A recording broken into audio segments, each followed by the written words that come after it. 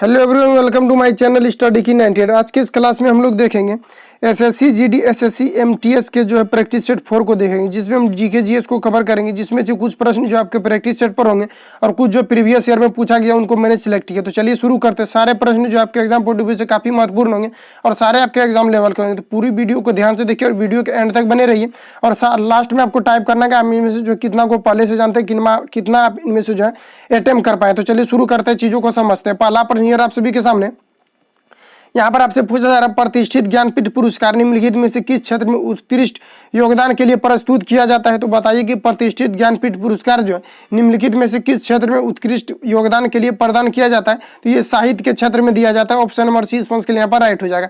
अगर हम बात करें कि ये प्रतिष्ठित ज्ञानपीठ पुरस्कार जो है ये कब से इसको दिया जाना प्रारंभ हुआ है, तो ये 1965 से दिया जा रहा है। कब से? 1965 से जो ज्ञानपीठ पुरस्कार को प्रदान किया जाता है। और ये सर्वप्रथम अगर हम बात करें कि किसको दिया गया था, तो ये जो है जी शंकर को मलयालम के क्षेत्र में, मलयालम साहित्य के क्षेत्र में दिया गया था। किसको? तो जी शंकर को सर्वप्रथम दिया गया था। तो ऑप्शन नंबर 6 के लिए यहाँ पर राइट हो जाएगा कि ज्ञानपीठ पुरस्कार जो है किस क्षेत्र में उत्कृष्ट योगदान के लिए प्रदान किया जाता है। तो ये साहित्य के क्षेत्र में किया जाता है। ऑप्शन नंबर 6 के लिए यहाँ पर राइट हो जाएगा। नेक्स्ट पर आगे बढ़ जाते हैं। यहाँ पर आपसे पूछा जा रहा है कि विजयवाड़ा शहर डैश में स्थित है। तो बताइए कि विजयवाड़ा जो शहर है ये किस में स्थित है, यानी किस स्टेट में ये स्थित है। ओडिशा या आंध्र प्रदेश, सॉरी ओडिशा या कर्नाटक या आंध्र प्रदेश या दिल्ली में स्थित है, ये आपको यहाँ पर बता। तो विजयवाड़ा की अगर हम बात करें तो ये हो जाएगा आपका आंध्र प्रदेश में स्थित है। ऑप्शन नंबर 6 के लिए यहाँ पर राइट हो जाएगा। वही अगर हम बात करें कि विजयवाड़ा शहर जो ये किस नदी पर स्थित है, तो ये आपका कृष्णा नदी पर स्थित है। कहाँ पर? तो ये आपका कृष्णा नदी पर स्थित है। इसको भी आपको यहाँ पर याद रखना है। तो ऑप्शन नंबर 6 के लिए यहाँ पर राइट हो जाएगा। नेक्स्ट पास आगे बढ़ते हैं। 3 नंबर में आपसे पूछा जा रहा है प्रजनन डैश में मदद करता है। तो बताइए कि प्रजनन जो है ये किस क्षेत्र में मदद करता है। तो प्रजनन की अगर हम बात करें तो प्रजनन का मतलब होता है जन्म देना, यानी कि दूसरे प्रजाति का क्या होना, अपने ही प्रजाति में वृद्धि करने का मतलब ही होता है प्रजनन करना। तो प्रजनन का मतलब आपको यहाँ पर बताना कि इसमें जो किसमें ये मदद करता है, तो ये अपने प्रजातियों के विस्तार में मदद करता है। ऑप्शन नंबर 6 के लिए यहाँ पर राइट हो जाएगा। ना कि ये प्रजातियों के उत्परिवर्तन में, ना कि प्रजातियों के विकास में, और ना तो प्रजातियों की कमी में ये कमी करता है। ये क्या करता है कि प्रजातियों के विस्तार में, यानी अपने प्रजातियों में विकास में क्या करते हैं, वृद्धि करते हैं, विस्तार करते हैं। तो ऑप्शन नंबर 6 के लिए यहाँ पर राइट हो जाएगा। नेक्स्ट पास आगे बढ़ते हैं। यहाँ पर आपसे पूछा जा रहा है कि जब प्रयुक्त बल द्वारा अधिकतम कार्य होता है, यानी कि W बराबर आपसे पूछा जा रहा है, जब बल प्रयुक्त बल द्वारा अधिकतम कार्य होता है और बल और विस्थापन के बीच का कोण जो है, अधिकतम कोण क्या हो सकता है, ये आपको यहाँ पर बताना है कि अधिकतम कोण यहाँ पर क्या हो सकता है यदि अधिकतम कार्य होता है। तो यहाँ पर F बराबर क्या होता है आपका, F बराबर FS cos थीटा होता है। ठीक है, तो cos थीटा होता है। तो यहाँ पर आपसे एंगल से रिलेटेड यहाँ पर चर्चा किया गया है। तो एंगल cos थीटा के जगह पर कितना रख दें कि इसका मान जो है W का मान ये अधिकतम हो जाए। तो cos थीटा के जगह पर अगर हम 90 को पुट करते हैं तो यहाँ पर 0 हो जाएगा इसका मान। अब पूरा जब 0 हो जाएगा तो W का मान 0 हो जाएगा, कोई कार्य ही नहीं होगा। और 80 को भी पुट करते हैं तो यहाँ पर 0 हो जाएगा, और 60 को पुट करते हैं तो यहाँ पर आपका हाफ हो जाएगा। लेकिन हमको यहाँ पर अगर 0 को अगर हम पुट कर देते हैं तो 0 को पुट करेंगे तो cos में 0 का जो मान होता है आपका ये 1 होता है। तो 1 जो है सबसे अधिकतम होगा। तो ऑप्शन नंबर S के लिए यहाँ पर राइट हो जाएगा कि अगर हम यहाँ पर 0 डिग्री अगर मान cos में अगर पुट कर देते हैं तो W का मान जो होगा, क्योंकि W बराबर FS cos थीटा होता है, तो यहाँ पर क्या होगा आपका 0 का मान अगर पुट कर देते हैं तो यहाँ पर क्या होगा, कार्य का मान अधिकतम हो जाएगा। ऑप्शन नंबर S के लिए यहाँ पर राइट हो जाएगा। आई होप कि इसको आप आसानी से समझ गए होंगे। नेक्स्ट फर्स्ट ईयर आप सभी के सामने यहाँ पर आपको पूछा जा रहा है कि अंडर कटिंग और डाज शब्द निम्नलिखित में से किस खेल से संबंधित है। तो बताइए कि अंडर कटिंग और डाज शब्द जो है ये निम्नलिखित में से किस खेल से संबंधित है, ये आपको यहाँ पर पूछा जा रहा है। तो ये जो हॉकी से संबंधित हो जाएंगे। ऑप्शन नंबर 6 के लिए यहाँ पर राइट हो जाएगा। चलिए नेक्स्ट पास आगे बढ़ते हैं। यहाँ पर देखिए आपसे पूछा जा रहा है अपने बाहरी कक्षा में, अपने बाहरी कक्ष में 7 इलेक्ट्रॉन वाले तत्व क्या कहलाते हैं। तो जिसमें कि 7 इलेक्ट्रॉन होंगे वो क्या कहलाएंगे, हेलोजन या क्षारीय धातु कहलाएंगे, या क्षारीय भू धातु या उत्कृष्ट धातु कहलाएंगे। ये आपको यहाँ पर पूछा जा रहा है। तो अगर हम बात करें कि क्लोरीन को चलिए हम ले लेते हैं, और क्लोरीन जो होता है ये आपका आता है हेलोजन तत्व के अंदर। क्लोरीन, फ्लोरीन और ब्रोमीन और आयोडीन जो होते हैं ये सभी क्या होते हैं कि ये जो है ये हेलोजन तत्व के अंतर्गत आते हैं। तो क्लोरीन की परमाणु संख्या की अगर बात करें तो ये 17 हो जाएगा, और इसका अगर कॉन्फ़िगरेशन लिखते हैं, इलेक्ट्रॉनिक विन्यास लिखते हैं तो ये 2 8 7 हो जाएगा, और लास्ट में 7 हो गया। तो लास्ट में 7 हुआ तो ये किस तत्व का सदस्य है, ये क्लोरीन का सदस्य है। तो यहाँ पर पूछा क्या जा रहा है कि लास्ट इलेक्ट्रॉन अगर 7 यानी कक्ष में, बाहरी कक्षा में अगर 7 इलेक्ट्रॉन है तो वो किस तत्व का परिवार है, ये आपको यहाँ पर बताना कि वो किस तत्व का परिवार है। तो यहाँ पर आपको ये पूछा जा रहा है। तो अगर ये अगर क्लोरीन की अगर परमाणु संख्या यहाँ पर कितना लास्ट में हो रहा है, 7 हो रहा है, तो ये कहाँ का, हेलोजन का है। इसके अलावा अगर हम ब्रोमीन की बात करें कि ब्रोमीन का परमाणु संख्या जो होता है ये आपका 35 होता है। इसका चलिए हम कॉन्फ़िगरेशन अगर लिखते हैं तो 2 8 उसके बाद हो जाएगा आपका 18, और उसके बाद कितना हो जाएगा 7। तो इसमें भी देखिए लास्ट में कितना आ रहा है, 7 आ रहा है। अब ब्रोमीन जो कहाँ का सदस्य है तो ये आपका है हेलोजन का सदस्य है। तो ऑप्शन नंबर डी के लिए यहाँ पर राइट हो जाएगा। जिसके अंत कक्षा में अगर 7 इलेक्ट्रॉन है तो वो हेलोजन के तत्व होंगे। तो ऑप्शन नंबर डी के लिए यहाँ पर राइट हो जाएगा। चलिए नेक्स्ट पास आगे बढ़ते हैं। यहाँ पर आपको बताना है कि धातुओं को बिना तोड़े पीटकर पतली चादरें बनाई जा सकती है। धातुएं डैश है, तो बताइए कि धातु किस गुण के कारण उसकी जो पतली चादरें बनाई जा सकती है, ये आपको यहाँ पर बताना है। तो धातुएं जो अगाध बंधनता के कारण धातुओं को पीट करके पतली चादरें बनाई जा सकती है, यानी कि बिना तोड़े। तो ऑप्शन नंबर 20 के लिए यहाँ पर राइट हो जाएगा। इसके अलावा अगर हम बात करें कि सबसे ज्यादा जो अगाध वर्धनीय धातु होते हैं, ये कौन सी धातु होती है? सबसे अगाध वर्धनीय धातु के बारे में अगर आपसे पूछा जाता है तो ये सोना हो जाएगा। और वही अगर हम बात करें कि सबसे अधिक जो विद्युत का सुचालक कौन सी धातु होती है, तो वो आपका चांदी हो जाएगा। तो ऑप्शन नंबर 20 के लिए यहाँ पर राइट हो जाएगा। नेक्स्ट पास आगे बढ़ते हैं। यहाँ पर आपसे पूछा जा रहा है थोरियम, क्यूरियम और यूरेनियम जो है डैश है। तो बताइए थोरियम, क्यूरियम और यूरेनियम क्या है? तो ये जो है रेडियो एक्टिव तत्व हो जाएंगे। ऑप्शन नंबर 20 के लिए यहाँ पर राइट हो जाएगा। अगर बात करें कि रेडियो एक्टिव की खोज किसके द्वारा किया गया था, तो ये भी पूछा जाता है। तो ये हेनरी बेकुलर के द्वारा किया गया था। किसके द्वारा? हेनरी बेकुलर के द्वारा रेडियो एक्टिव की खोज किया गया था। वही अगर हम बात करें कि रेडियम का खोज किसके द्वारा किया गया था, तो मैडम क्यूरी के द्वारा। इसमें बच्चे कंफ्यूज होते हैं, क्योंकि यहाँ पर होते क्या है कि रेडियो एक्टिव का जो खोज किया गया था ये हेनरी बेकुलर के द्वारा, और वही अगर रेडियम की बात करें तो वो जो मैडम क्यूरी के द्वारा रेडियम की खोज किया गया था। तो इसको भी आपको यहाँ पर ध्यान में रखना है। तो ऑप्शन नंबर 20 के लिए यहाँ पर राइट हो जाएगा। नेक्स्ट पास आगे बढ़ते हैं। विश्व मानक दिवस किस तिथि को मनाया जाता है? तो बताइए कि विश्व मानक दिवस जो है ये किस तिथि को प्रत्येक वर्ष मनाया जाता है? तो ये 14 अक्टूबर को प्रत्येक वर्ष मनाया जाता है। ऑप्शन नंबर 20 के लिए यहाँ पर राइट हो जाएगा। नेक्स्ट पास आगे बढ़ते हैं। दिल्ली में उस जगह का क्या नाम है जहां श्रीमती इंदिरा गांधी का अंतिम संस्कार हुआ था? तो बताइए कि समाधि घाट से भी रिलेटेड प्रश्न आपके पूछे जाते हैं एग्जाम में, कि समाधि घाट से रिलेटेड प्रश्न पूछे जाते हैं कि जैसे महात्मा गांधी का समाधि स्थल का नाम क्या है, यानी कि विजय घाट जैसे लाल बहादुर शास्त्री का नाम जो समाधि स्थल है उसका नाम क्या है। इस तरह से प्रश्न जो आपका पूछा जाता है। तो यहाँ पर पूछा जा रहा है कि दिल्ली में उस जगह का नाम क्या है जहाँ श्रीमती इंदिरा गांधी जो भारत के प्रथम प्रधानमंत्री थे, अंतिम संस्कार जो हुआ था ये कहाँ पर हुआ था? तो ये शक्ति स्थल में हुआ था। उसको शक्ति स्थल के नाम से जानते हैं, जहाँ पर अंतिम संस्कार किया गया था। तो ऑप्शन नंबर 30 के लिए यहाँ पर राइट है। इसके अलावा अगर हम बात करें कुछ महत्वपूर्ण फैक्ट को इंक्लूड कर दिया है मैंने कि विजय घाट जो है किसका समाधि स्थल है, तो ये लाल बहादुर शास्त्री के। इसके अलावा अगर हम बात करें कि राजघाट किसका समाधि स्थल है, तो ये महात्मा गांधी के। और शक्ति स्थल जो है ये किसका समाधि स्थल है, तो इंदिरा गांधी के। और शांति वन जो है ये जवाहरलाल नेहरू के समाधि स्थल है। इतने फैक्ट आपको यहाँ से याद रखना है। नेक्स्ट पास आगे बढ़ते हैं। 11 नंबर में यहाँ पर आपसे पूछा जा रहा है एक गाड़ी की गति को मापने के लिए कौन सा यंत्र प्रयोग किया जाता है? तो बताइए कि गाड़ी की गति को जो मापने के लिए यंत्र का प्रयोग किया जाता है ये किस यंत्र का प्रयोग किया जाता है, ये आपको यहाँ पर बताना है। तो गाड़ी की अगर गति की हम बात करें तो स्पीडोमीटर के द्वारा मापा जाता है, यानी कि गाड़ी की स्पीड को मापना है तो स्पीडोमीटर के द्वारा। इसके अलावा अगर हम बात करें कि गाड़ी का जो डिस्टेंस होता है, यानी कि दूरी जो होता है उसको किसके द्वारा, तो ये मापा जाता है आपका ऑडियोमीटर के द्वारा। दूरी मापना है तो ऑडियोमीटर, और वही अगर गति मापना है कि कितना स्पीड में चल रहा है तो ये स्पीडोमीटर के द्वारा। ऑप्शन नंबर 30 के लिए यहाँ पर राइट हो जाएगा। नेक्स्ट पास आगे बढ़ते हैं। यहाँ पर देखिए आपसे पूछा जा रहा है कि राजा सांसी अंतर्राष्ट्रीय हवाई अड्डा कौन से शहर में स्थित है? तो बताइए कि राजा सांसी अंतर्राष्ट्रीय हवाई अड्डा जो है ये किस शहर में स्थित है, ये आपको यहाँ पर पूछा जा रहा है। तो इसकी अगर हम बात करें कि ये कहाँ पर स्थित है, तो ये आपका जो अमृतसर में स्थित है। ऑप्शन नंबर 30 के लिए यहाँ पर राइट हो जाएगा। और अब इसका जो है नाम बदल करके जो है गुरु रामदास जी हवाई अंतर्राष्ट्रीय हवाई अड्डा रख दिया है, गुरु रामदास जी, जो कि अमृतसर में स्थित है। तो ऑप्शन नंबर 30 के लिए यहाँ पर राइट हो जाएगा। नेक्स्ट पास आगे बढ़ते हैं। यहाँ पर आपसे पूछा जा रहा है कि हरित क्रांति किसके क्षेत्र में, यानी हरित क्रांति जो है किसके बड़े उत्पादन में संबंधित है? किसके बड़े उत्पादन से जो है हरित क्रांति संबंधित होती है? गेहूं के उत्पादन से संबंधित हो जाएंगे। ऑप्शन नंबर 30 के लिए यहाँ पर राइट हो जाएगा। नेक्स्ट पास आगे बढ़ते हैं। 14 नंबर में पूछा जा रहा है भोजन की ऊर्जा डैश में मापी जाती है। तो बताइए कि भोजन की जो ऊर्जा होती है ये किस में मापी जाती है? तो ये कैलोरी में मापी, क्योंकि हमारे द्वारा जो भोजन एक्सेप्ट किया जाता है तो वहाँ जो है कि ऊर्जा जो हमें मिलती है उस ऊर्जा को जो किस में मापी जाती है, जूल में या किस में मापी जाती है? तो इसको जो है कैलोरी में मापी जाती है भोजन की ऊर्जा को। तो ऑप्शन नंबर 20 के लिए यहाँ पर सही हो जाएगा। नेक्स्ट पास आगे बढ़ते हैं। गंगा का स्रोत किसको माना जाता है? तो बताइए कि गंगा का स्रोत जो है ये गोमुख को माना जाता है। ऑप्शन नंबर 20 के लिए यहाँ पर राइट हो जाएगा। गंगा का स्रोत किसको माना जाता है? तो ये गोमुख को माना जाता है। ऑप्शन नंबर 20 के लिए यहाँ पर सही है। नेक्स्ट पास आगे बढ़ते हैं।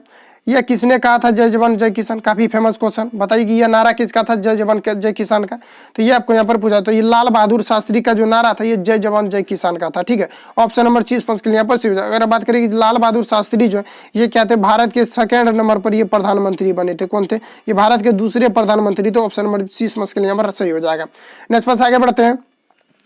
पुलिकट झील किस राज्य में स्थित है? तो बताइए कि पुलिकट जो झील है ये किस राज्य में स्थित है? तो ये तमिलनाडु में स्थित है। कहाँ पर स्थित है? ये तमिलनाडु में स्थित है पुलिकट झील। ऑप्शन नंबर 20 के लिए यहाँ पर सही है।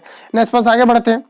इंडिया विंस फ्रीडम पुस्तक के लेखक कौन है? बताइए इंडिया विंस फ्रीडम जो है इसके लेखक कौन है, ये आपको यहाँ पर पूछा जाए। तो इंडिया विंस फ्रीडम की अगर हम बात करें तो ये अबुल कलाम आजाद हो जाएंगे। ऑप्शन नंबर ए स्पंज के लिए यहाँ पर सही हो जाएगा। अबुल कलाम आजाद के द्वारा इंडिया विंस फ्रीडम लिखा गया था, ये पूछा जाता है। ऑप्शन नंबर ए स्पंज के लिए यहाँ पर सही हो जाएगा। नेक्स्ट पर आगे बढ़ते हैं।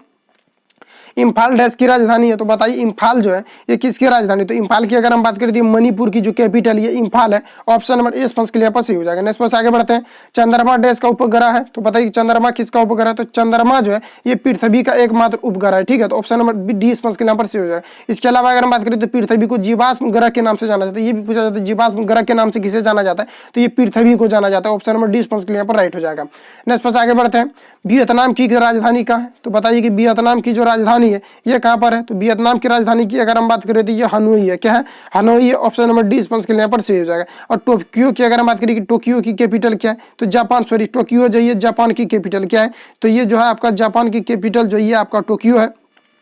इसके अलावा अगर हम बात करें कि जनेवा किसकी, जनेवा की कैपिटल ये स्विट्जरलैंड जो है, स्विट्जरलैंड की कैपिटल क्या है? तो ये हो जाएगा आपका जनेवा हो जाएगा। इसके अलावा अगर हम बात करें कि रोम की, इटली जो है यहाँ पर रोम जो है किसकी कैपिटल? तो इटली की कैपिटल जो ये आपका रोम है, ठीक है। तो इतने फैक्ट आपको यहाँ से याद रखना है। तो ऑप्शन नंबर डी स्पंज के लिए यहाँ पर राइट हो जाएगा। वियतनाम की कैपिटल क्या है? तो ये आपका Hanoi. Option number D sponge के लिए यहाँ पर राइट हो जाएगा। नेक्स्ट पर आगे बढ़ते हैं। मलेरिया का कीटाणु क्या होते हैं? तो बताइए कि मलेरिया का जो कीटाणु होते हैं ये क्या होते हैं? तो मलेरिया के कीटाणु की अगर हम बात करें तो ये जो होते हैं आपका ये प्लाज्मोडियम प्रोटोजोआ होते हैं। क्या होते हैं? प्लाज्मोडियम प्रोटोजोआ होते हैं। तो ऑप्शन नंबर डी स्पंज के लिए यहाँ पर राइट हो जाएगा। इनमें से कोई नहीं, क्योंकि मलेरिया का जो कीटाणु होता है ये प्लाज्मोडियम प्रोटोजोआ होता है, जिसके कारण ऑप्शन नंबर डी स्पंज के लिए यहाँ पर राइट हो जाएगा। इनमें से कोई नहीं। नेक्स्ट पर आगे बढ़ते हैं। यहाँ पर आपसे पूछा जा रहा है चिल्का झील किस राज्य में स्थित है?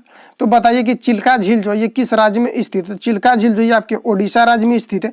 ऑप्शन नंबर 20 के लिए यहाँ पर सही है। और ये भारत की सबसे बड़ी झील है। क्या है? ये भारत की सबसे बड़ी झील है चिल्का झील, जो कि भारत की सबसे बड़ी झील है। और ये कहाँ पर स्थित है? तो ये आपके ओडिशा में स्थित है। ये चिल्का झील जो है भारत की सबसे बड़ी झील है। ऑप्शन नंबर 20 के लिए यहाँ पर राइट हो जाएगा। नेक्स्ट पर आगे बढ़ते हैं।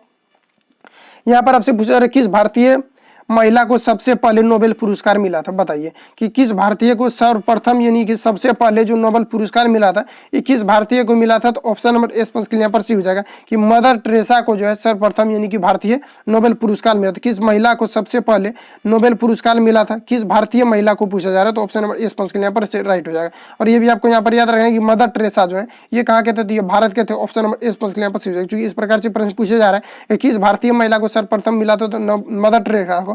ऑप्शन नंबर ए स्पंज के लिए यहाँ पर सही हो जाएगा। और ये कब मिला था? ये अगर आपसे यहाँ पर पूछा जाता है तो ये जो है 1979 में मिला था। कब मिला था? ये 1979 में मदर टेरेसा को शांति के क्षेत्र में नोबेल पुरस्कार दिया गया था। ऑप्शन नंबर ए स्पंज के लिए यहाँ पर राइट हो जाएगा। नेक्स्ट पर आगे बढ़ते हैं। मदर टेरेसा का जन्म कहाँ हुआ था? तो बताइए कि मदर टेरेसा का जो जन्म हुआ था ये कहाँ पर हुआ था? तो ये अल्बानिया में हुआ था। कहाँ पर हुआ था? अल्बानिया में हुआ था। ऑप्शन नंबर डी स्पंज के लिए यहाँ पर सही हो जाएगा। और ये कब हुआ था अगर ये आपसे पूछा जा रहा है तो ये जो है 26 अगस्त को। कब हुआ था? 26 अगस्त। और ये जो 1910 को हुआ था। कब हुआ था? 26 अगस्त 1910 को हुआ था। तो इसको भी आपको यहाँ पर याद रखना। ऑप्शन नंबर डी स्पंज के लिए यहाँ पर राइट है। नेक्स्ट पर आगे बढ़ते हैं। कठपुतली किस राज्य का प्रमुख लोक नृत्य? तो बताइए कि कठपुतली जो है ये किस राज्य का प्रमुख लोक नृत्य है? तो ये राजस्थान के प्रमुख राज यहाँ पर जो है ऑप्शन नंबर ए स्पंज के लिए पर राइट हो जाएगा। कठपुतली जो है किस राज्य का प्रमुख लोक नृत्य है? तो ये राजस्थान के। ऑप्शन नंबर ए स्पंज के लिए पर राइट हो जाएगा। नेक्स्ट पर आगे बढ़ते हैं। सरिस्का वन्यजीव अभ्यारण्य कहाँ स्थित है? तो बताइए कि सरिस्का वन्यजीव अभ्यारण्य जो है ये कहाँ स्थित है? ये अलवर में स्थित है। ऑप्शन नंबर डी स्पंज के लिए यहाँ पर राइट हो जाएगा। और ये अलवर जो ये कहाँ पर स्थित है? तो ये आपका राजस्थान में स्थित है। ये अलवर कहाँ पर स्थित है? ये आपका राजस्थान में स्थित है, जहाँ पर कि सरिस्का वन्यजीव अभ्यारण्य। अलवर नहीं रहेगा तो यहाँ राजस्थान भी दिया जा सकता है। तो ऑप्शन नंबर डी स्पंज के लिए यहाँ पर सही हो जाएगा। नेक्स्ट पर आगे बढ़ते हैं। सिस्मोग्राफ द्वारा क्या मापा जाता है? तो बताइए कि सिस्मोग्राफ के द्वारा क्या मापा जाता है? तो सिस्मोग्राफ भूकंप की जो तीव्रता होती है उसको हम रिक्टर स्केल पर रीड करते हैं, लेकिन सिस्मोग्राफ द्वारा जो मापा जाता है ये भूकंप को मापा जाता है। ऑप्शन नंबर 20 के लिए यहाँ पर सही है। भूकंप की तीव्रता को रिक्टर स्केल पर रीड किया जाता है, सिस्मोग्राफ द्वारा भूकंप को देखा जाता है। तो ऑप्शन नंबर 20 के लिए यहाँ पर आपका राइट हो जाएगा। नेक्स्ट आगे बढ़ते हैं।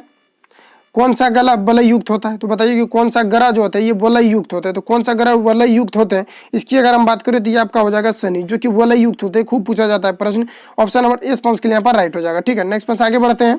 नेक्स्ट प्रश्न यार आप सभी के सामने सारे प्रश्न जो आपके एग्जाम पॉइंट से काफी महत्वपूर्ण है, सारे प्रश्न को आप ध्यान से देखेंगे और वीडियो के एंड तक देखिए आप कितना इनमें से अटेम्प्ट कर पाते हैं। सारे प्रश्न आपके प्रीवियस में भी पूछा गया है और साथ में ये प्रैक्टिस सेट पर आधारित है, ठीक है। तो नेक्स्ट प्रश्न यार आप सभी के सामने 30 नंबर, अजंता एवं एलोरा की गुफाएं देश में स्थित है। तो बताइए कि अजंता एलोरा की जो गुफाएं ये कहाँ पर स्थित है, तो ये महाराष्ट्र के जिले में, यानी महाराष्ट्र में एक जिला है जो कि औरंगाबाद के नाम से जाना जाता है। वहाँ पर क्या अजंता एलोरा की गुफाएं हैं। तो ऑप्शन नंबर डी इस प्रश्न के लिए यहाँ पर से हो जाएगा, जो कि पहाड़ों को काट करके यहाँ पर जो गुफाएं बनाई गई है।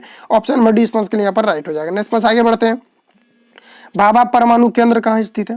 तो बताइए कि भाभा परमाणु केंद्र जो है ये कहाँ पर स्थित है, तो ये मुंबई में स्थित है, ठीक है। और ये जो होमी जहांगीर भाभा को जो है भाभा परमाणु केंद्र का जनक माना जाता है। ऑप्शन नंबर ए स्पष्ट के लिए यहाँ पर सही हो जाएगा, ठीक है। नेक्स्ट प्रश्न आगे बढ़ते हैं, ये रहा नेक्स्ट पर, स्टिक खेल किस खेल से संबंधित है। बताइए कि स्टिक शब्द जो है ये किस खेल से संबंधित है, ये आपको यहाँ पर बताना है कि स्टिक किस खेल से संबंधित है। तो बताइए कि ये जो किस खेल से संबंधित है, तो ऑप्शन नंबर 20 के लिए यहाँ पर राइट हो जाएगा। सॉरी, यहाँ पर ऑप्शन नंबर 20 के लिए यहाँ पर राइट हो जाएगी। ये जो किससे संबंधित है, तो ये हॉकी से संबंधित है स्टिक, ठीक है। तो ऑप्शन नंबर 20 के लिए यहाँ पर राइट हो जाएगा।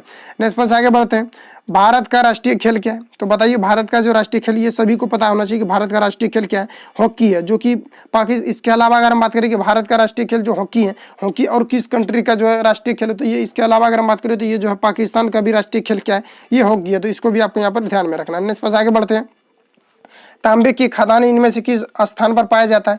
तो बताइए कि तांबे की जो खदानें होती है इनमें से किस स्थान पर पाया जाता है, ये आपको यहाँ पर बताना है। तो ये जो है ये आपको ऑप्शन नंबर 20 के लिए यहाँ पर राइट हो जाएगा। ये कहाँ पर पाए जाते हैं, ये खेतरी में पाए जाते हैं तांबे की खदानें। अच्छा, ये खेतरी कहाँ स्थित है, तो ये आपका राजस्थान में स्थित है, ठीक है। तो ये कहाँ पर स्थित है, तो ये राजस्थान में स्थित नामक एक खेतरी जगह है जहाँ पर की तांबे की खदानें स्थित है। तो ऑप्शन नंबर 20 के लिए यहाँ पर सही हो जाएगा। नेक्स्ट आगे बढ़ते हैं, कौन सा शहर अलकनंदा नदी के किनारे बसा हुआ है। तो बताइए कि कौन सा शहर ऐसे जो अलकनंदा नदी के किनारे बसा हुआ है, तो ये बद्रीनाथ हो जाएगा। ऑप्शन नंबर ए के लिए यहाँ पर सही हो जाएगा, जो कि अलकनंदा नदी के किनारे स्थित है। इसके अलावा अगर हम बात करें कि केदारनाथ जो आपका ये किस नदी के किनारे स्थित है, तो ये मंदाकिनी नदी के किनारे स्थित है, ठीक है। तो ये कहाँ पर स्थित है, तो ये मंदाकिनी नदी के किनारे जो है आपका केदारनाथ स्थित है। इसके अलावा अगर हम बात करें कि मथुरा किस नदी के किनारे स्थित है, तो मथुरा आपका जो है ये हो जाएगा आपका यमुना नदी के किनारे, ठीक है। ये कहाँ पर हो जाएगा, आपका यमुना नदी के किनारे स्थित हो जाएगा। इसके अलावा अगर हम बात करें कि अयोध्या किस नदी के किनारे स्थित है, तो अयोध्या जो है आपका सरयू नदी के किनारे स्थित है, ठीक है। तो इतने फैक्ट आपको यहाँ से याद रखना है।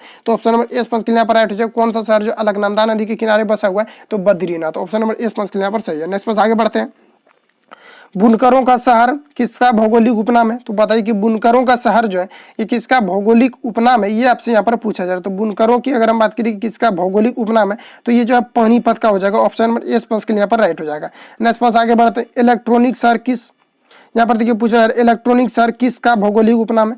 तो बताइए कि इलेक्ट्रॉनिक जो शहर है इस किसका भौगोलिक उपनाम है, तो ये बेंगलुरु का। ऑप्शन नंबर ए के लिए यहाँ पर राइट हो जाएगा। इसके अलावा अगर हम बात करें कि विज्ञान का शहर किसे कहा जाता है, तो ये बेंगलुरु को कहा जाता है। इसके अलावा जो इलेक्ट्रॉनिक शहर यहाँ पर पूछा है किसका भौगोलिक उपनाम है, तो ऑप्शन नंबर ए के लिए यहाँ पर राइट हो जाएगा। और आपको याद रखना है कि ये जो बेंगलुरु जो है इसे भारत का बगीचा कहा जाता है और अंतरिक्ष का केंद्र कहा जाता है। क्या कहा जाता है, अंतरिक्ष का केंद्र और भारत का बगीचा कहा जाता है। ऑप्शन नंबर ए के लिए यहाँ पर राइट है। नेक्स्ट आगे बढ़ते हैं, भारत का राष्ट्रीय पक्षी कौन सा है। तो बताइए कि भारत का जो राष्ट्रीय पक्षी है ये कौन सा है, तो ये सभी को पता ही होगा कि ये जो है मोर है। ऑप्शन नंबर ए के लिए पर राइट हो जाएगा। नेक्स्ट आगे बढ़ते हैं, रायगढ़ किला किस ऐतिहासिक व्यक्ति के साथ संबंधित है। तो बताइए कि रायगढ़ किला जो है ये किस ऐतिहासिक व्यक्ति के साथ संबंधित है, ये आपको यहाँ पर बताना। तो ये शिवाजी के साथ संबंधित है रायगढ़ का किला। ऑप्शन नंबर 20 के लिए यहाँ पर राइट हो जाएगा। नेक्स्ट आगे बढ़ते हैं, भारत के लौह पुरुष के नाम से कौन जाने जाते हैं। तो बताइए कि भारत के लौह पुरुष के नाम से कौन जाने जाते हैं। तो भारत के अगर लौह पुरुष की अगर हम बात करें कि कौन जाना जाता है, ये सरदार वल्लभ भाई पटेल को जाना जाता है। ऑप्शन नंबर ए के यहाँ पर राइट हो जाएगा कि इसको जो है लौह पुरुष के नाम से जाना जाता है। नेक्स्ट आगे बढ़ते हैं, जापान की राष्ट्रीय मुद्रा कौन सी है। तो बताइए कि जापान की राष्ट्रीय मुद्रा जो है ये कौन सी है, तो ये हो जाएगा आपका येन हो जाएगा। ऑप्शन नंबर डी के लिए पर राइट हो जाएगा। जापान की जो राष्ट्रीय मुद्रा है आपका ये येन है। नेक्स्ट आगे बढ़ते हैं, ऑर्निथोलॉजी किस विज्ञान का अध्ययन है। तो बताइए कि ऑर्निथोलॉजी के अंतर्गत हम किसका अध्ययन करते हैं, पक्षियों का, जलीय पौधों का करते हैं, या फिर फॉसिल का करते हैं, या फिर सिल के कीटों का करते हैं, ये आपको यहाँ पर बताना है। तो अगर हम बात करें कि ऑर्निथोलॉजी के अंतर्गत जो अध्ययन किया जाता है ये पक्षियों का अध्ययन किया जाता है। ऑप्शन नंबर ए के लिए यहाँ पर राइट हो जाएगा। किसका अध्ययन किया जाता है, तो यहाँ पर पक्षियों का अध्ययन किया जाता है ऑर्निथोलॉजी के अंतर्गत। नेक्स्ट आगे बढ़ते हैं, मेघदूत के रचयिता कौन है। बताइए मेघदूत के रचयिता की अगर हम बात करें कि मेघदूत के रचयिता कौन है, तो आपका कालिदास हो जाएंगे। ऑप्शन नंबर 20 के लिए यहाँ पर राइट हो जाएगा। नेक्स्ट आगे बढ़ते हैं, निम्न में से आंध्र प्रदेश का लोक नृत्य कौन सा है? तो बताइए कि आंध्र प्रदेश का लोक नृत्य जो है ये कौन सा हो जाएंगे आपका? तो लोक नृत्य जो आंध्र प्रदेश का जो प्रमुख लोक नृत्य ये कुचिपुड़ी है। ऑप्शन नंबर डी इस के यहाँ पर राइट हो जाएगा। नेक्स्ट पास आगे बढ़ते हैं। सोनपुर मेला यानी पशु मेला, सोनपुर मेला जो यहाँ पर पशु मेला लगता है जो कि कहाँ पर लगता है? तो बिहार में वैशाली में लगता है। ठीक है, आपसे पूछा जा रहा है कि सोनपुर मेला को क्या कहा जाता है, यानी सोनपुर मेला को जो कहा जाता है ये हरिहर क्षेत्र मेला कहा जाता है। ऑप्शन नंबर 20 के लिए यहाँ पर सही हो जाएगा। ये बिहार के जो वैशाली जिला में लगता है, तो ऑप्शन नंबर 20 के लिए यहाँ पर राइट हो जाएगा। नेक्स्ट पास आगे बढ़ते हैं। इंडिया डिवाइडेड पुस्तक के लेखक कौन है? तो बताइए कि इंडिया डिवाइडेड जो पुस्तक है इनके लेखक कौन है, ये आपसे यहाँ पर पूछा जा रहा है। तो ये डॉक्टर राजेंद्र प्रसाद हो जाएंगे इंडिया डिवाइडेड पुस्तक के लेखक। ऑप्शन नंबर 30 के लिए यहाँ पर राइट हो जाएगा। इसके अलावा अगर हम बात करें डॉक्टर राजेंद्र प्रसाद जो है ये भारत के जो है प्रथम क्या थे, ये भारत का प्रथम जो है राष्ट्रपति थे। क्या थे? ये भारत का प्रथम राष्ट्रपति थे। तो इसको भी आपको यहाँ पर ध्यान में रखना है कि डॉक्टर राजेंद्र प्रसाद जो है ये भारत के प्रथम राष्ट्रपति थे। नेक्स्ट पास आगे बढ़ते हैं। यहाँ पर देखिए आपसे क्या पूछा रहा है कि निम्न में से कौन सा गैस द्रव ठोस स्थिति में मुक्त रूप से यहाँ पर उपलब्ध हो सकता है, ये आपको यहाँ पर बताना है कि निम्न में से कौन, यानी कार्बन मोनोऑक्साइड या कार्बन डाइऑक्साइड या ऑक्सीजन या फिर तो जल, ये तीनों अवस्था में गैस द्रव और ठोस तीनों अवस्था में रह सकता है, ये आपको यहाँ पर बताना है। तो कार्बन डाइऑक्साइड जो होते हैं, चूंकि कार्बन डाइऑक्साइड को हम लोग जो है तीनों अवस्था में रख सकते हैं, तो ऑप्शन नंबर 20 के यहाँ पर हो जाएगा। कार्बन डाइऑक्साइड यानी कि CO2 को जो है ठोस द्रव गैस तीनों अवस्था में रखा जा सकता है। ऑप्शन नंबर 20 के यहाँ पर राइट हो जाएगा। नेक्स्ट पास आगे बढ़ते हैं। पानी का अधिकतम घनत्व कहाँ पर होता है? तो बताइए कि पानी का घनत्व जो होता है, क्योंकि बर्फ जो होता है ये 0 डिग्री पर क्या होता है कि गलना या जमना प्रारंभ कर देता है। इसके अलावा जब ये जब माइनस 4 डिग्री पर पहुंच जाता है तो वहां पर क्या होता है कि ये जो है सबसे अधिक इसका घनत्व हो जाता है। उसके बाद क्या होता है कि जैसे कि आप बर्फ ले लीजिए, बर्फ में क्या होता है कि उसके अंदर जो होते हैं रिक्त स्थान होते हैं, जिसके कारण उसका घनत्व क्या होता है कि कम होता है। लेकिन जब -4 पर पहुंचता है तो उसका घनत्व सबसे अधिक होता है। तो ऑप्शन नंबर डी सी के यहाँ पर हट जाएगा। पानी का जो अधिकतम घनत्व होता है ऑप्शन नंबर सी यानी कि 4 डिग्री सेंटीग्रेड ताप पर यह सबसे अधिक होता है। नेक्स्ट पास आगे बढ़ते हैं। सिरका किसका व्यापारिक नाम है? तो बताइए कि सिरका जो है किसका व्यापारिक नाम होता है? तो सिरका की अगर हम बात करें तो सिरका जो है आपका एसिटिक अम्ल का व्यापारिक नाम होता है। क्या होता है? एसिटिक अम्ल की अगर हम बात करें कि एसिटिक अम्ल का जो व्यापारिक नाम होता है आपका ये सिरका होता है। ऑप्शन नंबर 20 के यहाँ पर राइट हो जाएगा। नेक्स्ट पास आगे बढ़ते हैं। यहाँ पर आपसे पूछा रहा है किसी वस्तु के माननीय आंख की रेटिना पर बनने वाले छवि होते हैं। तो बताइए कि किसी व्यक्ति के जो आंख पर जो प्रतिबिंब बनता है, रेटिना पर जो प्रतिबिंब बनता है वो किस प्रकार का बनता है, ये आपको यहाँ पर बताना होता है। ये जो है वास्तविक और उल्टी बनते हैं। क्या होते हैं? ये वास्तविक और उल्टी बनते हैं। ऑप्शन नंबर 30 के यहाँ पर राइट हो जाएगा। नेक्स्ट पास आगे बढ़ते हैं। बस इतने ही प्रश्न लेकर के आए थे। मिलते हैं नेक्स्ट वीडियो के साथ। अगर वीडियो हेल्पफुल लगता है चैनल को सब्सक्राइब करके हमारे चैनल के माध्यम से जुड़ जाइए। यहाँ पर आपको फायरमैन और SSC GD कांस्टेबल और साथ में MTS का बेस्ट प्रिपरेशन कराया जाएगा। और आप चैनल पर पहली बार है तो चैनल को सब्सक्राइब करके बेल आइकन को प्रेस कर लेंगे ताकि मैं जब भी वीडियो अपलोड करूंगा तो आप तक सीधा नोटिफिकेशन जाएगा, जिसके कारण आप वीडियो को आसानी से देख पाएंगे। तो मिलते हैं नेक्स्ट वीडियो के साथ। Thank you for watching. जय हिंद।